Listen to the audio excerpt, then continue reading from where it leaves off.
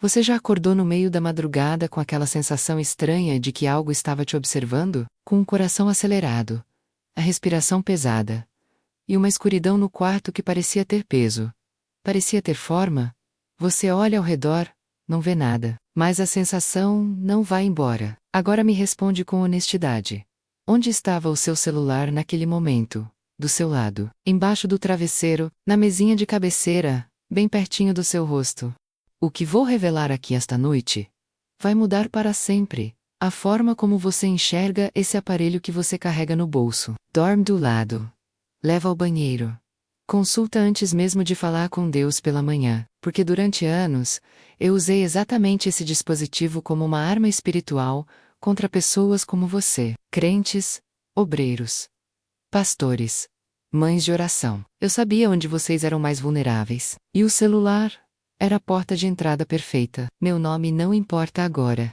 O que importa é o que eu fiz e o que o Will vai. Por mais de uma década, operei no mundo das trevas com um propósito claro: destruir vidas pelo lado de dentro.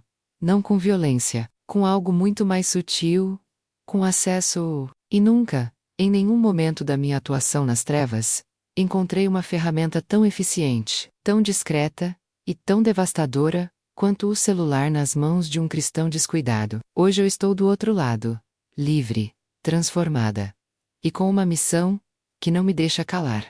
Se você acha que esse vídeo é mais um conteúdo de espiritualidade na internet, prepare-se para ser surpreendido. O que vou revelar aqui são estratégias reais que o reino das trevas usa agora, neste século, nesta era digital, contra você e contra sua família. Antes de continuar, escreve aqui nos comentários: eu creio no poder da oração. Esse simples ato já é uma declaração de guerra contra o inimigo. Faça agora. Eu não vim aqui para impressionar ninguém. Vim porque fui mandada. E você vai entender o peso dessa palavra quando eu terminar de falar. Durante 13 anos da minha vida, eu servi ao reino das trevas de forma consciente, deliberada e progressiva. Não fui enganada numa noite de desespero. Não assinei nada sem saber o que estava fazendo. Fui iniciada ainda jovem, por alguém da minha própria família, alguém em quem eu confiava completamente.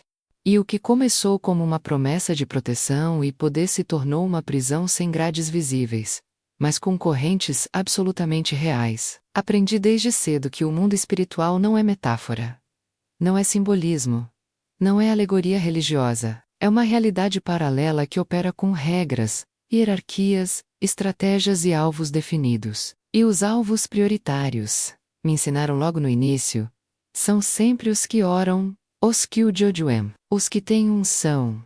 Porque um crente derrubado vale mais para o reino das trevas do que 10 pessoas que nunca conheceram a Deus. Essa lógica me foi ensinada como uma doutrina, e eu a segui. Atuei por anos monitorando famílias, interferindo em lares, plantando sementes de destruição em sonhos, em relacionamentos, em ministérios. Vi casamentos desmoronarem. Vi filhos se perderem. Vi ungidos abandonarem o altar. E em muitos desses casos, eu estava envolvida diretamente, não de longe. Mas tem algo que as trevas nunca te contam. Quando você entra, elas nunca te dizem o preço real que você vai pagar. Nunca te mostram o fim da história. Porque se você visse o fim desde o começo, jamais entraria. O meu fim quase foi a morte. Não vou entrar em detalhes sobre tudo agora, porque esse não é o momento. Mas posso te dizer que a minha saída do ocultismo não foi tranquila, não foi gradual, e não foi silenciosa. Foi uma guerra. Uma guerra que eu não travei sozinha, porque sozinha eu já havia perdido há muito tempo. O que me libertou foi exatamente aquilo que eu passei anos tentando destruir nas outras pessoas: a oração genuína, o nome de Jesus pronunciado com fé, e a intercessão de pessoas que nem me conheciam, mas que foram movidas pelo Espírito a orar por uma alma que estava se afogando nas trevas. Hoje eu carrego nas costas o peso da memória de tudo que fiz, não como condenação porque fui perdoada, mas como responsabilidade, porque quem conheceu as estratégias do inimigo por dentro tem a obrigação de alertar os que estão do lado de fora. E é exatamente isso que estou fazendo agora. O que vou revelar nos próximos minutos não está em nenhum livro de teologia.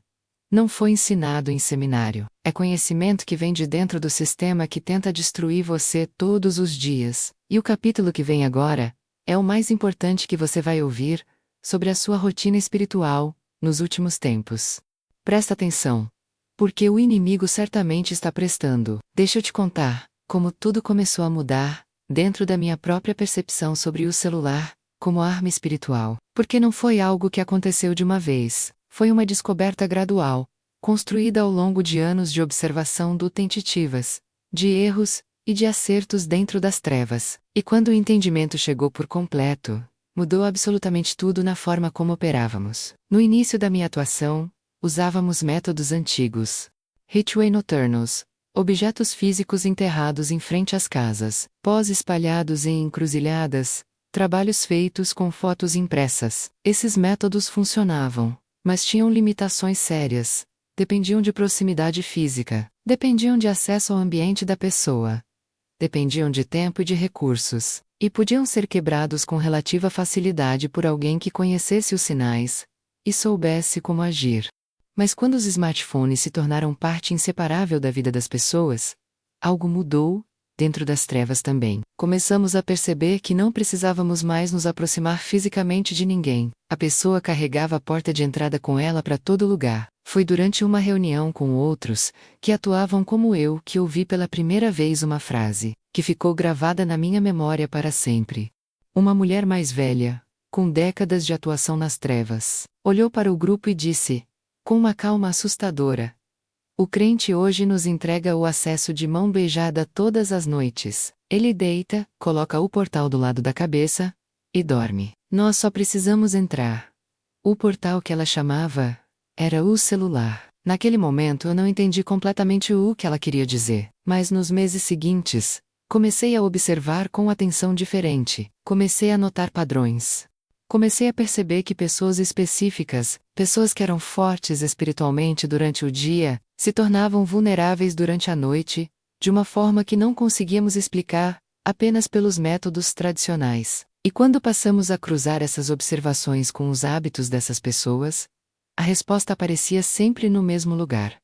O celular. Tinha uma jovem que eu acompanhei por meses, filha de uma intercessora poderosa, criada numa casa de oração, cheia de unção desde a infância. Durante o dia ela era inacessível para nós. Orava cedo, lia a palavra, andava com uma proteção espiritual visível, que frustrava qualquer tentativa de aproximação. Parecia que havia um muro ao redor dela. Mas à noite, depois das 11 horas, ela pegava o celular e começava a navegar sem rumo. Vídeos, perfis de pessoas desconhecidas, conteúdo aleatório. Não era nada explicitamente errado na maior parte do tempo. Mas era o suficiente. Porque o problema não era só o conteúdo. Era a janela que se abria. Deixa eu te explicar de uma forma que você vai entender. Quando você entra num estado de atenção passiva, aquele estado em que você está acordado mas sua mente está no piloto automático, rolando a tela sem intenção definida, sem foco, sem propósito, você entra numa frequência de receptividade, que é extremamente perigosa, do ponto de vista espiritual. Sua guarda baixa. Sua consciência relaxa, e nesse estado tudo que entra fundo. Imagens de violência. Cenas de sensualidade. Símbolos ocultos escondidos em thumbnails de vídeos. Áudios com frequências específicas, embutidas em músicas. Conteúdo projetado, consciente ou inconscientemente, para abrir portas no mundo espiritual. Tudo isso entrava naquela jovem todas as noites enquanto ela achava que estava apenas se distraindo antes de dormir. E nós aproveitávamos cada segundo disso. Depois de algumas semanas seguindo esse padrão, ela começou a ter sonhos pesados. Sonhos de perseguição, de queda, de vergonha, de lugares escuros. Acordava cansada. O tempo de oração pela manhã foi diminuindo, porque ela se sentia espiritualmente drenada, sem entender o motivo. O relacionamento dela com Deus foi esfriando de dentro para fora, de forma tão lenta e tão silenciosa, que ela mesma não percebia o que estava acontecendo. Isso não era coincidência. Era estratégia. E não era um caso isolado. Era um padrão que se repetia em dezenas de pessoas que acompanhei ao longo dos anos. Crentes que tinham vida devocional durante o dia, mas entregavam as noites para o celular. Pastores que pregavam com fogo no domingo, mas dormiam do lado do aparelho navegando até a madrugada. Intercessoras que guerreavam em oração, mas checavam as redes sociais como o primeiro ato da manhã. Antes mesmo de falar com Deus, o celular havia se tornado o ponto de acesso mais eficiente que as trevas já tiveram. E o mais perturbador de tudo, as pessoas não tinham a menor ideia do que estava acontecendo. Escreve agora nos comentários: Senhor, abre meus olhos espirituais, porque o que vem a seguir é a revelação mais pesada desse testemunho. E você precisa estar espiritualmente atento para receber. O que vou revelar agora é a parte desse testemunho que eu mais custei a decidir compartilhar. Não por medo. Já passei da fase do medo, mas porque sei o peso do que estou prestes a dizer. Sei que vai chocar. Sei que vai incomodar. E sei que algumas pessoas vão querer parar de assistir porque é mais fácil não saber do que saber e ter que agir. Mas eu não posso me calar. Não depois de tudo que vi. Havia dentro do grupo em que eu atuava um nível de operação que chamávamos de monitoramento contínuo. Não era um ritual esporádico. Não era uma ação pontual contra uma pessoa específica. Era um sistema. Um sistema organizado, com funções divididas, com alvos catalogados, com horários definidos e com resultados acompanhados de perto. E o celular era o centro desse sistema. Deixa eu te explicar como funcionava na prática, porque é importante que você entenda a estrutura do que estou descrevendo. Cada pessoa que era identificada como alvo, geralmente alguém com unção, com chamado ministerial, com intercessão poderosa ou com potencial de influência no reino de Deus, recebia atenção especial. Começávamos com observação. Mapeávamos os hábitos, identificávamos os horários de vulnerabilidade, e então, de forma gradual e cirúrgica, começávamos a agir. O primeiro passo era sempre o mesmo: estabelecer uma conexão através do dispositivo. Isso podia acontecer de várias formas. Às vezes era através de um conteúdo específico que a pessoa assistia e que carregava intenção espiritual embutida. Às vezes era através de uma mensagem recebida de uma fonte desconhecida, uma corrente, um áudio, um vídeo enviado por alguém da rede de contatos da pessoa, sem que esse alguém soubesse que estava sendo usado como canal. Às vezes era simplesmente através da exposição noturna repetida, a pessoa dormindo com o aparelho do lado, noite após noite, até que a conexão se estabelecia naturalmente, pelo acúmulo. Uma vez estabelecida essa conexão, o monitoramento começava de verdade.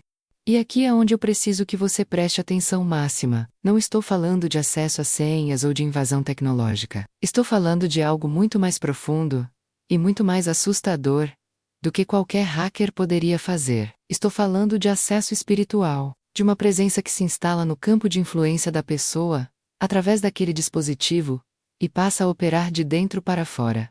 Sonhos podiam ser influenciados, pensamentos podiam ser plantados, emoções podiam ser amplificadas ou suprimidas, decisões podiam ser inclinadas numa direção ou noutra, através de uma sequência de conteúdos cuidadosamente apresentados no momento certo. A pessoa achava que estava fazendo escolhas livres, mas havia uma mão invisível, curvando o caminho. Lembro de uma situação específica que ficou marcada na minha memória, de uma forma que nunca consegui apagar. Mesmo depois da minha libertação, havia um líder de jovens numa cidade do interior. Um rapaz com um chamado real, com uma unção genuína, com um grupo de jovens que estava crescendo e transformando vidas. Ele era exatamente o tipo de pessoa que representava uma ameaça real para o reino das trevas, e por isso ele se tornou um alvo prioritário. Passamos semanas mapeando os hábitos dele, e descobrimos duas janelas de vulnerabilidade. A primeira era depois das 11 da noite, quando ele pegava o celular para relaxar, antes de dormir. A segunda era de madrugada, quando ele acordava com insônia, que nós mesmos provocávamos, e pegava o celular para passar o tempo. Durante essas janelas, trabalhamos de forma sistemática. Primeiro vieram os sonhos perturbadores, sonhos de fracasso, de rejeição, de abandono. Ele acordava sem entender de onde vinham aquelas imagens. Depois vieram os pensamentos durante o dia, pensamentos de desistência, de inadequação, de que ele não era capaz, de que ninguém o levava a sério. pensamentos que ele confundia com a própria voz interior. Então começamos a influenciar o que aparecia para ele nas redes sociais. Conteúdo que gerava comparação. Perfis de outros líderes que pareciam mais ungidos, meis e cegados, mais usados por Deus. Cada vez que ele abria o celular, encontrava algo que diminuía a percepção que ele tinha de si mesmo e do seu chamado. Em menos de 4 meses, o grupo de jovens havia se dispersado. Ele havia pedido afastamento do ministério alegando questões pessoais. Estava Cossa, isolado, com a Bíblia fechada e o celular na mão várias horas por dia, consumindo conteúdo que o afundava cada vez mais. Nós não precisamos destruir aquele ministério com um golpe dramático. Fizemos isso com paciência, com sutileza, com uma série de influências tão pequenas e tão graduais, que ele nunca identificou de onde vinha o ataque. E quando soube que ele havia caído, que havia abandonado o chamado, que jovens que estavam sendo transformados haviam se perdido por causa da dispersão do grupo, não senti satisfação, senti algo que na época não conseguia nomear. Só depois, já livre, entendi o que era culpa, porque no fundo, mesmo mergulhada nas trevas, alguma parte de mim ainda sabia que aquilo era errado, que aquelas eram vidas reais, que aquele era um chamado genuíno, sendo destruído. E que eu estava participando disso de forma ativa, mas ainda não era o momento da minha libertação. Isso ainda levaria tempo. O que preciso que você entenda agora é o seguinte: o reino das trevas tem um interesse direto no seu celular. Não porque o aparelho em si seja demoníaco, mas porque ele é uma janela. E janelas abertas no momento errado, para o conteúdo errado, nas horas erradas, deixam entrar muito mais do que vento. Deixam entrar o que você não está vendo, o que você não está ouvindo, o que você não está percebendo, mas que o está lá operando, esperando você baixar a guarda. Eu não saí das trevas num domingo ensolarado depois de um culto bonito com música suave. A minha libertação foi suja, foi dolorosa, foi aterrorizante, e foi real. Tudo começou com uma crise que eu não consigo explicar de outra forma, senão dizendo que algo dentro de mim quebrou. Não foi uma quebra ruim, embora na época parecesse o fim do mundo. Foi a quebra daquele endurecimento que as trevas colocam ao redor do coração da pessoa, para que ela não sinta, não questione, não hesite. Por anos eu operei sem culpa visível, sem dúvida, sem hesitação. Era como se uma camada de gelo cobrisse tudo o que havia de humano em mim. E então, numa madrugada sem nenhum motivo aparente, esse gelo começou a rachar. Não foi um sonho, não foi uma voz audível. Foi uma sensação física, no centro do peito, como se algo que estava comprimido há muito tempo de repente precisasse de ar. E junto com essa sensação, veio uma memória atrás da outra. Rostos de pessoas que eu havia prejudicado. O líder de jovens que abandonou o ministério. A mulher que perdeu o casamento. O homem que afundou no vício. Os filhos que se perderam, porque os pais foram derrubados. Fiquei deitada no escuro por horas, imóvel, com essas imagens passando pela minha mente, como um filme que eu não conseguia pausar. E pela primeira vez em muitos anos, chorei. Não sei explicar direito o que aconteceu naquela noite do ponto de vista espiritual. Sei que não estava sozinha naquele quarto, mas não era uma presença das trevas. Era algo completamente diferente, algo que não gerava medo. Algo que gerava uma saudade estranha, como se eu estivesse encontrando de novo algo que havia perdido há tanto tempo, que nem lembrava mais que existia. Nos dias seguintes fui tomada por uma inquietação, que não me deixava em paz. Continuei tentando operar normalmente, tentando cumprir as obrigações que tinha com o grupo, mas algo havia mudado. A frieza havia ido embora, e sem a frieza, tudo aquilo que eu fazia começou a pesar de um jeito insuportável.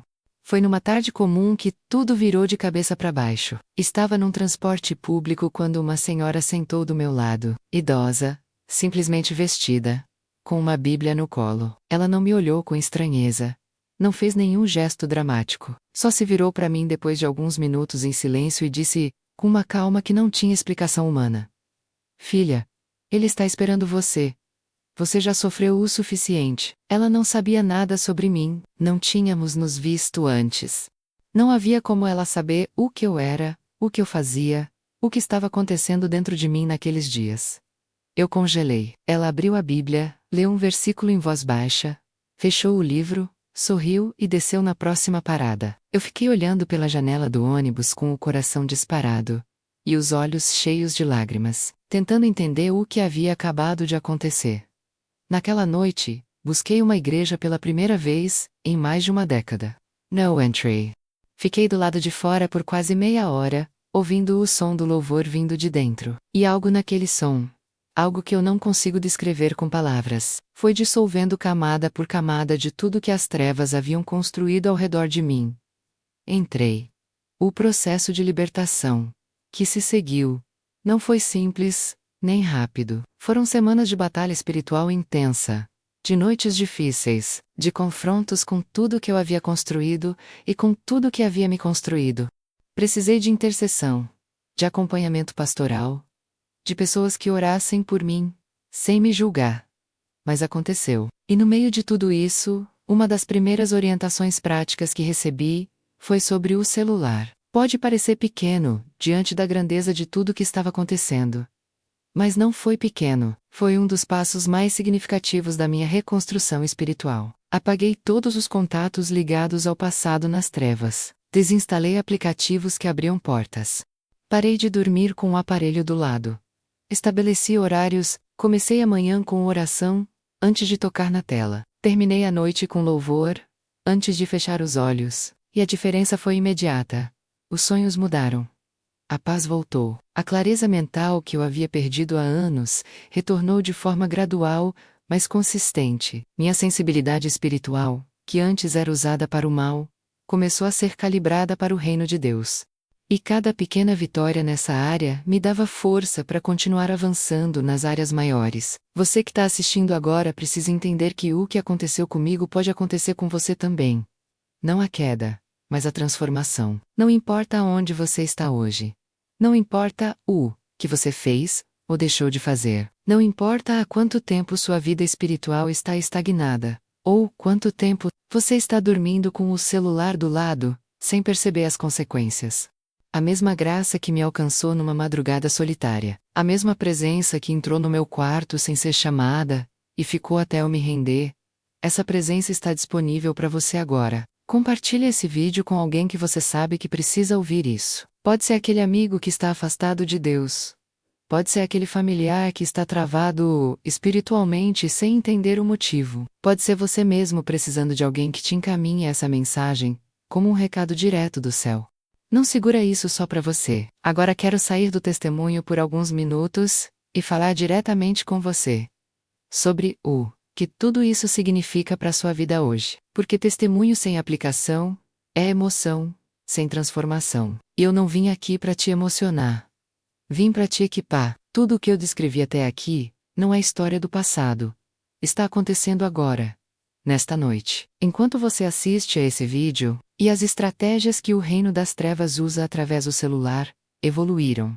Ficaram mais sofisticadas, mais disfarçadas, mais difíceis de identificar. Por isso preciso te entregar ensinamentos práticos que você pode aplicar ainda hoje. O primeiro ensinamento é sobre os horários espirituais da noite. Existe uma razão pela qual a Bíblia fala repetidamente sobre vigília. Uma razão pela qual os grandes homens e mulheres de oração, ao longo da história, se levantavam de madrugada para buscar a Deus.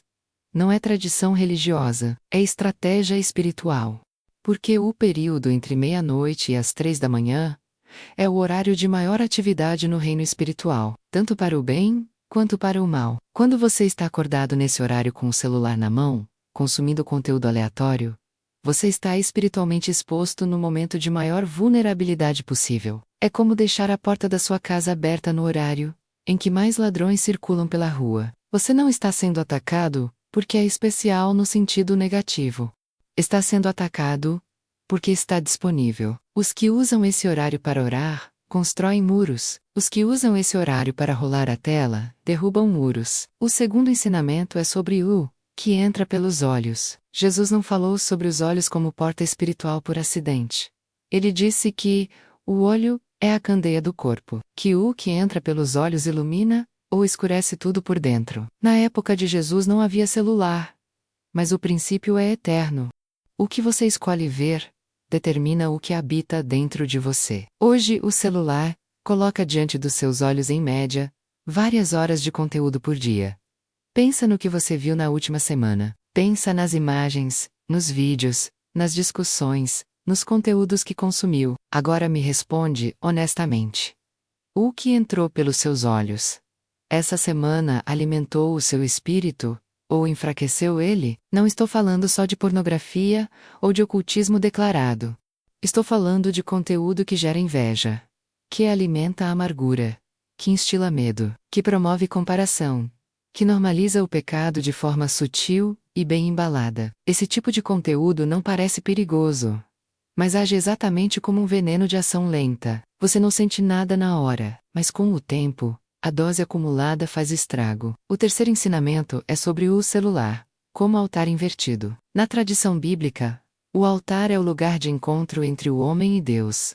É o lugar de oferta, de rendição, de comunhão. O altar define a direção espiritual da sua vida. Para quem você se volta, determina quem tem acesso a você. Quando o celular se torna o primeiro objeto que você toca pela manhã, e o último que você larga à noite, ele assume funcionalmente o papel de altar na sua rotina. Não porque tenha poder próprio, mas porque você está oferecendo a ele o que deveria ser oferecido a Deus. Os primeiros pensamentos da manhã e os últimos da noite. O tempo mais precioso e mais sensível da sua existência diária. Isso não é exagero espiritual, é uma observação prática sobre onde você deposita sua atenção. E atenção, no mundo espiritual, é moeda. É acesso, é abertura. O quarto ensinamento é sobre os sonhos, e o que os influencia. Deus fala em sonhos. A Bíblia está cheia de exemplos, mas o inimigo também usa os sonhos como campo de operação. E o estado em que você entra no sono determina em grande parte o que acontece durante ele. Se você adormece após 30 minutos de rolagem no celular, com a mente saturada de imagens, informações, emoções alheias e frequências diversas, você carrega tudo isso para o estado de sono. Sua mente não desliga, ela processa. E o que ela processa durante a noite é diretamente influenciado pelo que você alimentou antes de dormir. Uma prática simples pode mudar completamente a qualidade dos seus sonhos e da sua noite espiritual. Substituir os últimos 30 minutos de celular por oração, por leitura da palavra, por louvor em voz baixa. Não precisa ser uma vigília intensa, precisa ser uma entrega consciente, uma declaração de que você está fechando as portas antes de dormir. O quinto ensinamento é sobre discernimento na era digital. Nem todo conteúdo cristão na internet é espiritualmente seguro. Isso precisa ser dito com clareza. Existe muita coisa circulando nas redes, com linguagem religiosa, com versículos bíblicos, com aparência de unção, que na verdade carrega confusão doutrinária, manipulação emocional, ou simplesmente vaidade disfarçada de ministério. O discernimento espiritual precisa ser exercitado também no ambiente digital. Antes de consumir, pergunte: esse conteúdo me aproxima de Deus? Ou me afasta? Ele me fortalece na fé, ou me enche de medo, de dúvida, de dependência de experiências sensoriais? Ele aponta para Jesus? Ou aponta para o próprio ministério de quem está falando? Faça do discernimento um hábito diário. Peça ao Espírito Santo que filtre o que chega até você antes que você consuma. Essa oração simples pode te poupar de muita coisa que você nem imagina estar entrando pela tela do seu celular. O sexto ensinamento é sobre a santificação prática do seu ambiente digital. Santificar não é um conceito apenas litúrgico. É um ato concreto de separação, de declarar que um espaço pertence a Deus e não ao inimigo. E isso inclui o seu celular. Revisa os aplicativos instalados. Revisa os perfis que você segue. Revisa as conversas que você mantém. Revisa os grupos que você participa. Não com um espírito de religiosidade rígida, mas com uma pergunta genuína. Isso aqui está me construindo ou me destruindo? Está me aproximando de quem eu quero ser em Deus? Ou está me prendendo em quem eu era antes? Delete o que precisa ser deletado. Siga o que edifica. Participe do que fortalece. Saia do que drena. Essas são decisões pequenas que têm consequências espirituais enormes. Escreve agora nos comentários: eu não vou desistir da oração. Esse é o seu compromisso. Não comigo. Calm Deus. E com a versão de você mesmo que ainda está esperando para emergir do outro lado dessa transformação, chegamos ao fim desse testemunho. Mas quero que você entenda que o fim dessa mensagem é o começo de algo na sua vida. Porque tudo o que foi dito aqui, não foi dito por acaso. Não chegou até você por coincidência. Você não clicou nesse vídeo por acidente. Há uma atenção sobre a sua vida, que é maior do que qualquer estratégia das trevas. Há um olhar que te acompanha com um amor que não tem comparação humana possível. E esse olhar te trouxe até aqui hoje, porque há algo em você que precisa ser despertado, protegido ou restaurado. Pensa no que você ouviu hoje. Um celular pode ser uma janela aberta para o inimigo, ou uma ferramenta consagrada para o reino de Deus. A diferença não está no aparelho, está nas suas escolhas, está nos seus hábitos, está na consciência com que você usa aquilo que carrega nas mãos todos os dias. Você não precisa jogar o celular fora. Precisa consagrá-lo, precisa estabelecer fronteiras, precisa recuperar o controle daquilo que entra pelos seus olhos, que ocupa seus pensamentos, que habita seus sonhos. Porque o inimigo não tem poder sobre aquilo que foi colocado sob a autoridade de Jesus Cristo. Nenhum monitoramento espiritual resiste à cobertura do sangue de Jesus. Nenhuma frequência demoníaca permanece onde há louvor genuíno. Nenhuma estratégia das trevas prospera numa vida que acorda cedo, para buscar a face de Deus, antes de tocar em qualquer tela. Isso eu não aprendi numa faculdade de teologia. Aprendi porque estive do outro lado. Porque vi com os meus próprios olhos o que derrota o inimigo. E o que derrota o inimigo não é complexo. Não quer. Não exige que você seja um gigante espiritual, com décadas de caminhada. Exige que você seja consistente nas coisas pequenas. Or antes de dormir. Coloque o celular longe da sua cabeça. Comece o dia com Deus, antes de começar com as redes sociais. Seja criterioso com o que você assiste, com o que você ouve, com o que você deixa entrar. Essas são decisões simples, que constroem muros, que o inimigo não consegue derrubar. E se hoje você percebeu que alguma porta foi aberta, que algum hábito precisa mudar, que sua vida espiritual está mais fraca do que deveria estar, saiba que o mesmo Deus que me alcançou no fundo do meu poço mais escuro, está te alcançando agora, através dessas palavras. Não existe passado grande demais para o perdão de Deus. Não existe porta aberta que o sangue de Jesus não possa fechar. Não existe vida tão enredada nas trevas que a luz de Cristo não possa transformar completamente. Eu sou prova disso. Vamos orar juntos agora. Pai, eu venho diante do Senhor, reconhecendo que nem sempre usei meu celular de forma sábia. Reconheço que abri portas através do que assisti, do que consumi, dos hábitos que cultivei nas madrugadas. Hoje eu me arrependo. Hoje eu escolho diferente. Eu consagro meu celular ao Senhor. Eu declaro que ele é uma ferramenta do seu reino, e não uma porta para o inimigo. Cada espírito de monitoramento, cada conexão estabelecida através desse dispositivo sem minha consciência, eu rompo agora em nome de Jesus. Cada sonho perturbado, cada pensamento plantado, cada influência operando na minha mente através daquilo que entrou pelos meus olhos, eu rejeito e renuncio agora. Senhor, restaura minha sensibilidade espiritual, restaura a paz dos meus sonhos, restaura a clareza da minha mente, que o meu celular, daqui em diante, carregue unção e não maldição. Que ele conecte ao Senhor, e não ao inimigo. Que através dele eu encontre edificação, e não destruição. Eu sou coberto pelo sangue de Jesus. Sou guardado pelo Espírito Santo. Sou livre. Amém. Se essa oração tocou algo dentro de você, se esse testemunho abriu seus olhos para algo que você ainda não havia percebido, então eu preciso te pedir 3 coisas antes de você fechar esse vídeo. A primeira: escreve agora nos comentários: o inferno treme quando eu oro. Esse é o seu posicionamento. Essa é a sua declaração de que você entendeu a mensagem e que está escolhendo agir. A segunda: compartilhe esse testemunho com alguém agora, não amanhã. Agora. Você conhece alguém que está travado espiritualmente, sem entender o motivo? Alguém cujos sonhos estão pesados? Alguém que está se afastando de Deus e não consegue identificar a causa? Esse vídeo pode ser exatamente o que essa pessoa precisa ouvir hoje. Seja o instrumento que Deus usa para alcançar quem você ama. A terceira: se inscreve no canal e deixa o like agora.